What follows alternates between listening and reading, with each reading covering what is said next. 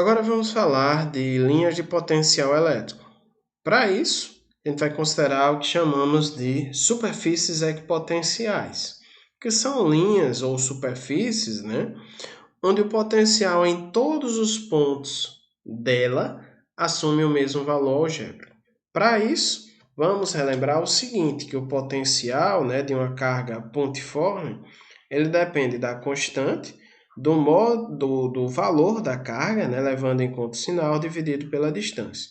Então, se a gente tem aqui uma carga pontual carregada positivamente, observe que a distância dessa linha azul, deste ponto aqui, até a carga, é a mesma distância desse ponto B até a carga, que é a mesma distância desse ponto C até a carga.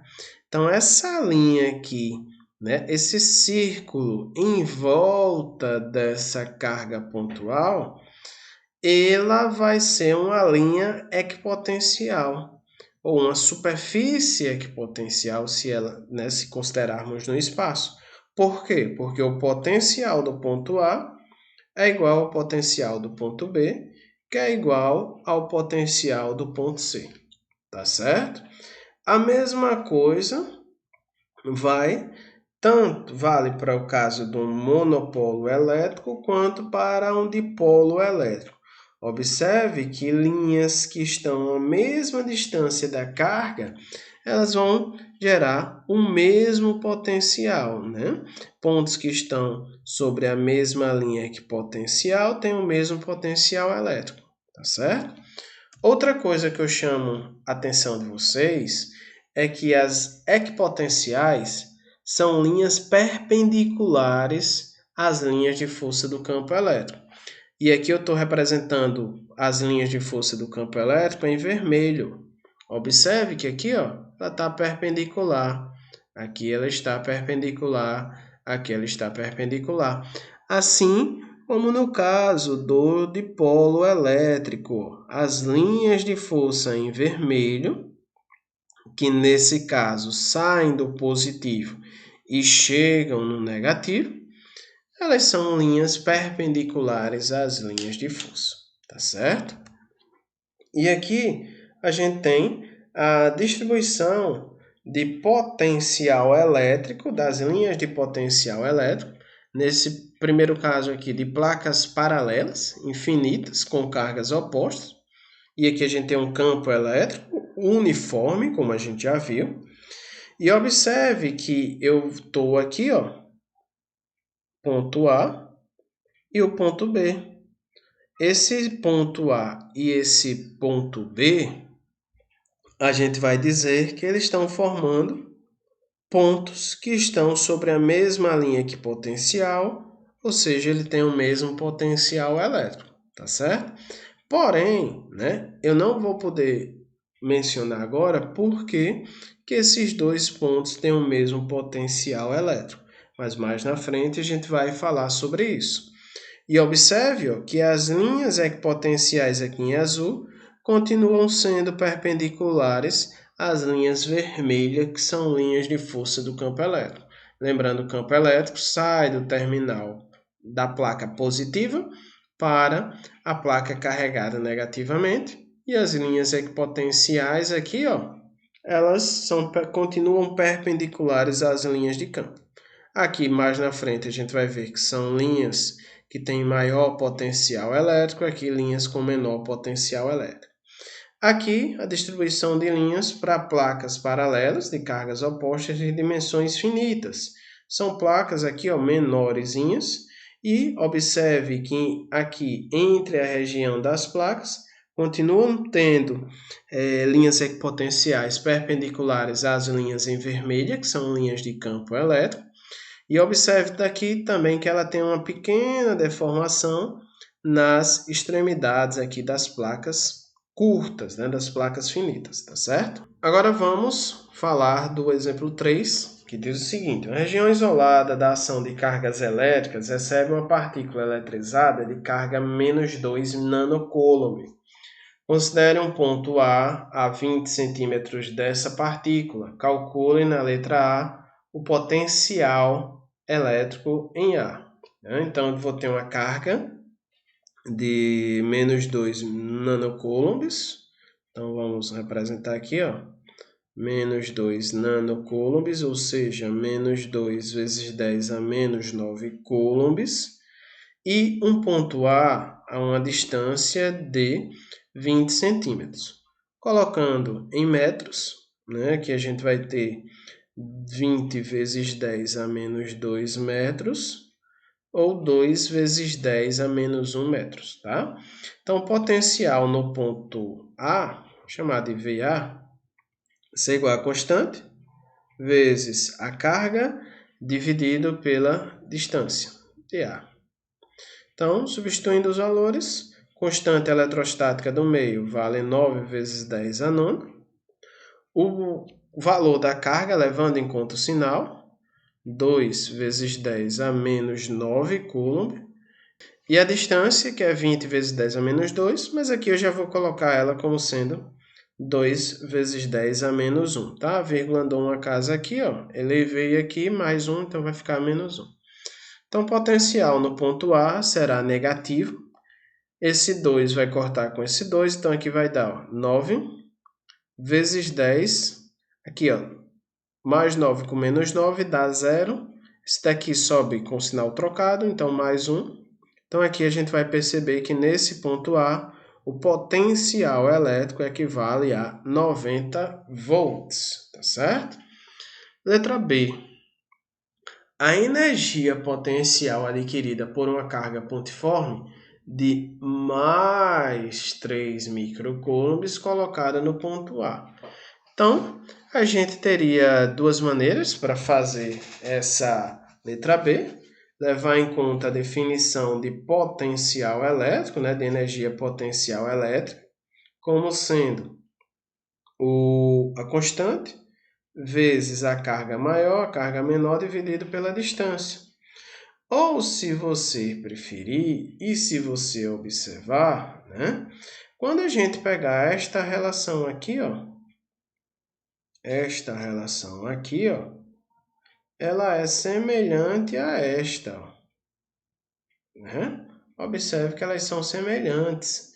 Então, eu posso dizer, então, que a energia potencial elétrica será a carga de prova vezes o potencial no ponto A.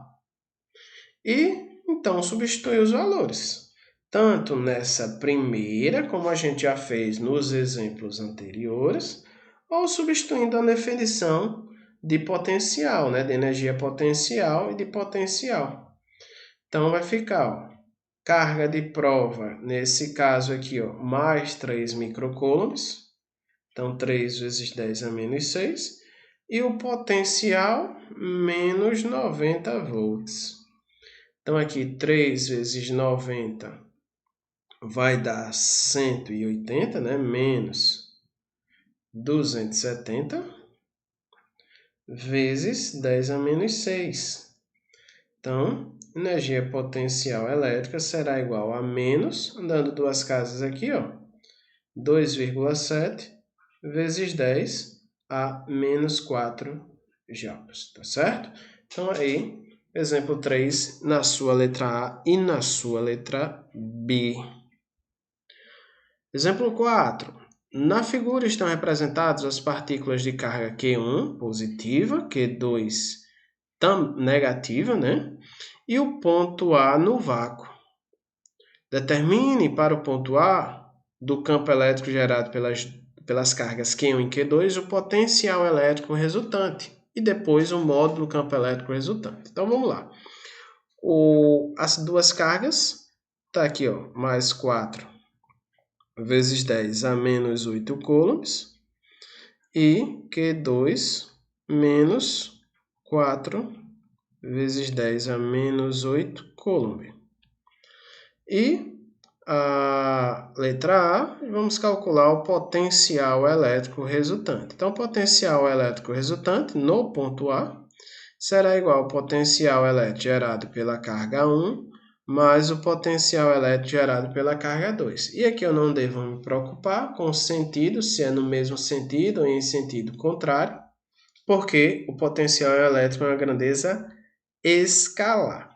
Então, eu vou calcular cada um separadamente e depois substituir aqui. Então, V1 será a constante vezes a carga Q1 dividido pela distância do ponto A até a carga 1. Então, vamos lá.